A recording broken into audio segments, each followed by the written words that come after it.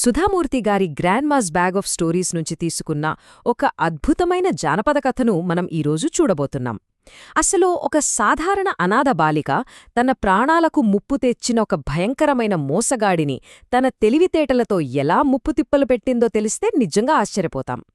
అడుగడుగునా ఉత్కంఠ రేపే ఈ కథలో ప్రతి మలుపు మనల్ని కట్టిపడేస్తుంది. సరే, ఇక ఏమాత్రం ఆలస్యం చేయకుండా నేరుగా కథలోకి వెళ్ళిపోదాం. అసలు ఈ కథ ఎలా మొదలవుతుందంటే, పండుగ రద్దీలో తప్పిపోయిన సుమా అనే చిన్నారి ఏమాత్రం భయపడకుండా నేరుగా పోలీసుల దగ్గరకు వెళ్ళినప్పుడు విష్ణుకాక అనే ఒక గ్రామ పెద్ద ఈ కథను చెప్పడం మొదలుపెడతాడు. ఆయన చెప్పిన ఆ మాటల్లో ఎంత గొప్ప ప్రాచీన జ్ఞానముందో కదా. కష్టాల్లో ఉన్నప్పుడు ఎప్పుడూ ప్రశాంతంగా ఉండాలి, అదొక్కటే మంత్రం. ఈ ఒక్క సూత్రం చుట్టూనే మన కథంతా తిరుగుతుంది. ఆయన ఆ కథను చెప్తున్న తీరు వింటే మనం కూడా ఆ ఊళ్ళోకి వెళ్ళిపోయినట్లే అనిపిస్తుంది. ఈ కథలో మనకు కనిపించే వాతావరణం చాలా అద్భుతంగా మారుతూ ఉంటుంది. ముందుగా షిగ్గావ్ అనే పల్లెటూరు చూస్తే అదొక వెచ్చని రద్దీగా ఉండే పండుగ వాతావరణం. అక్కడ పట్టుబట్టలు, నవ్వులు ఇవన్నీ చూస్తుంటే ఎంతో భద్రంగా, ఆనందంగా అనిపిస్తుంది. కానీ ఒక్కసారిగా కథ ఒక మారుమూల సత్రం వైపు మళ్ళుతుంది. అది అత్యంత కఠినమైన చలికాలం, చీకటి మూలలతో భయపెట్టేంత ఒంటరి ప్రదేశం. ఈ రెండు ప్రాంతాల మధ్య ఉన్న ఈ తేడా చూస్తేనే రాబోయే భయంకరమైన ప్రమాదమేంటో మనకు అర్థమైపోతోంది. మొదటి భాగం మోసం. ఒక అమాయకురాలైన అనాథస్థాయి నుండి తన్ను తాను కాపాడుకోగల ఒక ధైర్యవంతురాలిగా రూపా ఎలా మారిందో మనమిప్పుడు చూడబోతున్నాం. మన రూపా ప్రయాణం నది ఒడ్డున ఒక చిన్న సంఘటనతో మొదలవుతుంది. చిన్నప్పటినుండి చుట్టుపక్కల వారి ప్రేమతో పెరిగిన రూపాకు అప్పుడు 16 ఏళ్లు. దీపావళి వస్తోంది కదా, అందర్లాగే తనకూ ఒక కొత్త పట్టుచీర కావాలని ఆశపడింది. తన స్నేహితుల ముందు తక్కువ కాకూడదని ఉద్దేశ్యంతో ఎక్కడో దూరంగా ఉన్న ఒక ధనిక మామ తనకు బహుమతులు తీసుకురాబోతున్నాడని ఒక చిన్న అబద్ధం చెప్తుంది. పాపం, స్నేహితుల్లో కలిసిపోవాలని ఆ క్షణంలో చెప్పిన ఆ చిన్న అబద్ధం తెలియకుండానే ఎంత పెద్ద ప్రమాదానికి దారితీస్తుందో ఆ పిల్లకప్పుడు తెలియదు.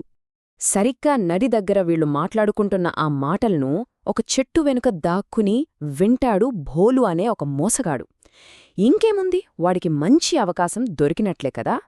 వెంటనే ఒక ముసలివాడిలా మారువేషం వేసుకుని బట్టలు, స్వీట్లతో రూపా ఇంటికి వచ్చేస్తాడు.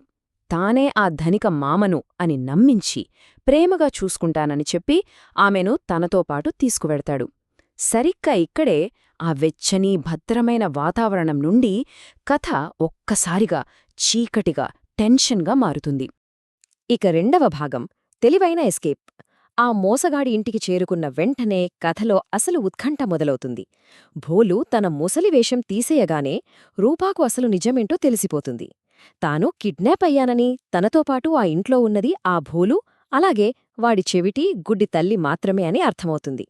ఆ క్షణం ఎంత భయానకంగా ఉంటుందో ఒక్కసారి ఊహించండి. ఇక్కడ మనం కాస్త ఆగి ఆలోచించాల్సిన విషయమొకటుంది. బయట ఎవ్వరూ వెళ్లకుండా కాపలా ఉన్న ఒక ఇంటి నుండి చేతిలో కేవలం కొన్ని దిండ్లు, ఒక దుపట్టా పెట్టుకుని ఎవరైనా ఎలా తప్పించుకోగలరు? మన చుట్టూ ఉండే ఇంట్లోని సాధారణ వస్తువులను అవసరమైనప్పుడు ఆయుధాలుగా ఎలా మార్చుకోవచ్చో ఈ సీన్ మనకు భలేగా చూపిస్తుంది. ఆ పరిస్థితిలో అయితే ఎవరైనా ఏం చేస్తారు? ఈ సీన్ చూస్తే నిజంగా రూపా ఎంత తెలివైనదో మనకర్థమవుతోంది.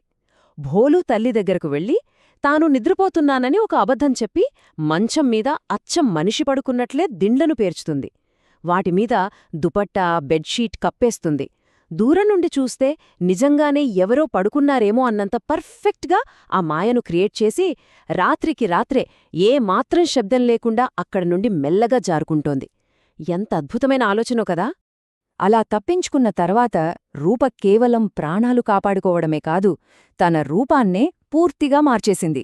భయంతో వణికిపోయే ఒక అమాయకురాలి నుండి ఒక సత్రం నడిపే ధైర్యవంతుడైన రూపేష్గా మారిపోయింది. ఎవరివో పురుషుల దుస్తులు అరువు తెచ్చుకుని అచ్చం మగవాడిలా తన నడకలు, గొంతును గంభీరంగా మార్చుకుంది. చేతిలో రక్షణ కోసం ఒక లావాటి కర్ర పట్టుకుని ఒక కొత్త మనిషిలా తయారయ్యింది. ఏడుస్తూ కూర్చోకుండా ఇలా ధైర్యంగా ఆలోచించటం నిజంగా గ్రేట్. ఇక చివరికి మూడవ భాగం ఖచ్చితమైన వల. ఈ దృశ్యం ఒక చల్లని, ఎవరూ లేని సత్రంలో జరుగుతుంది. తప్పించుకుపోయిన తన ఎరకోసం వెతుక్కుంటూ ఆ భోలు ఎట్టకేలకు అదే సత్రానికొస్తాడు. కాని అప్పటికే ఒక పక్కా ప్లాన్తో ఉన్న రూపేష్, అదేనండి మన రూపాను, వాడు ఏమాత్రం గుర్తుపట్టలేడు. తానొక భయంకరమైన వలలో చిక్కుకోబోతున్నాడని పాపం వాడికి తెలీదు. ఇక్కడ మనకు మళ్ళీ ఒక ఆసక్తికరమైన పజిల్. ఒక నిచ్చెన, కొన్ని గోళీలు, ఒక దొంగ ఉన్నాడన్న అరుపు. కేవలం ఈ 3 విషయాలతో అంత ప్రమాదకరమైన మోసగాడిని ఎలా ఓడించవచ్చు? భోలు ఆ రాత్రి వెచ్చగా, హాయిగా ఉండే అటకపై గదిలో నిద్రపోవడానికి సిద్ధమవుతున్నప్పుడు మన కథలోని అసలు టెన్షన్ మొదలవుతుంది. అసలు రూపా వేసిన ఆ ట్రాప్ ఎంత పర్ఫెక్ట్గా ఉందంటే, అర్ధరాత్రి ఎవరూ లేనప్పుడు ఆ అటకపైకి వెళ్లే నిచ్చెనను నెమ్మదిగా తీసేసింది. ఆ తర్వాత వాడు కిందకి దూకే చోట ఎవరికీ కనిపించకుండా కొన్ని గోళీలు చల్లింది. ఇక ఫైనల్ టచ్గా కింద గదిలో గట్టిగా అడుగులు వేస్తూ సత్రంలోకి దొంగ వచ్చాడని, సైనికులు వాడికోసమే వెతుకుతున్నారని పెద్ద పెద్దగా అరుస్తుంది. చూశారా, ఇంట్లో దొరికే అతి సాధారణ వస్తువులు ఎంత భయంకరమైన ఆయుధాలుగా మారిపోయాయో? ఇప్పుడు ఈ సీన్ని ఒక్కసారి ఆ విలన్ కోణంలో ఊహించుకోండి. గట్టిగా అరుపులు వినిపించేసరికి భోలుకి ప్రాణం పోయినంత పనవుతుంది. రాజభట్లు తనకోసమే వచ్చారేమోనని గడగడా వణికిపోతూ వాళ్లకి చిక్కకుండా ఉండాలని వెంటనే తెరిచున్న ఆ ట్రాప్ డోర్ గుండా కిందకు దూకుతాడు. కాని అక్కడ నిచ్చెన లేదుగా. గాలిలో అలాగే కింద పడిపోయి నేరుగా ఆ జారే గోలీలపై బలంగా పడి జారిపోయి గోడకేసి కొట్టుకుని అక్కడికక్కడే స్పృహ కోల్పోతాడు. అసలు ఈ ప్లాన్లో అత్యంత ఆసక్తికరమైన విషయం ఏమిటంటే, ఆ మోసగాడి పీడ శాశ్వతంగా వదిలించుకోవడానికి రూప చేసిన ఆలోచన.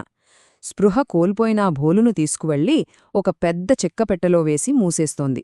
సరిగ్గా అదే సమయానికి అటుగా వెళ్తున్న 2 బండివాళ్లను చూసి ఒక అద్భుతమైన నాటకమాడుతుంది.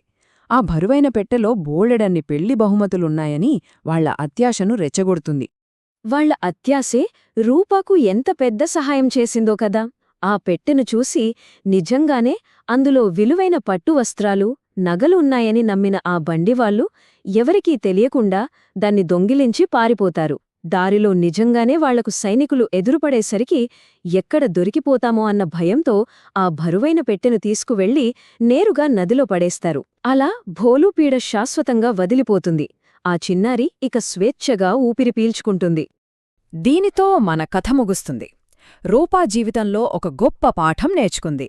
ఇకపై ఏ అపరిచితుడిని గుడ్డిగా నమ్మకూడదు అని. కేవలం ఒక అమాయకపు అనాథగా మొదలైన ఆమె ప్రయాణం ఎంతో ధైర్యంగా ప్రాణాపాయం నుండి బయటపడిన ఒక తెలివైన యోధురాలిగా ముగుస్తుంది. ఒక విజేతగా తరెత్తుకొని తన గ్రామానికి చేరుకుంటుంది. మరి ముగింపుగా మనల్ని మనం ఒక ప్రశ్న అడుక్కుందాం. రేపొద్దున్న ఏదైనా అనుకోని ప్రమాదం వస్తే దాని నుండి తప్పించుకోడానికి మన చుట్టుపక్కల ఉన్న ఏ సాధారణ వస్తువులను మనం ఆయుధాలుగా ఉపయోగించవచ్చు? కష్టకాలంలో భయపడకుండా ప్రశాంతంగా ఆలోచించడం అనే ఆ ప్రాచీన జ్ఞానమే ఎల్లప్పుడూ మనుషులను కాపాడుతుంది. ఒక్కసారి చుట్టూ ఉన్న వాతావరణాన్ని గమనిద్దాం, ఆలోచిద్దాం. మరొక అద్భుతమైన కథతో మళ్ళీ కలుద్దాం.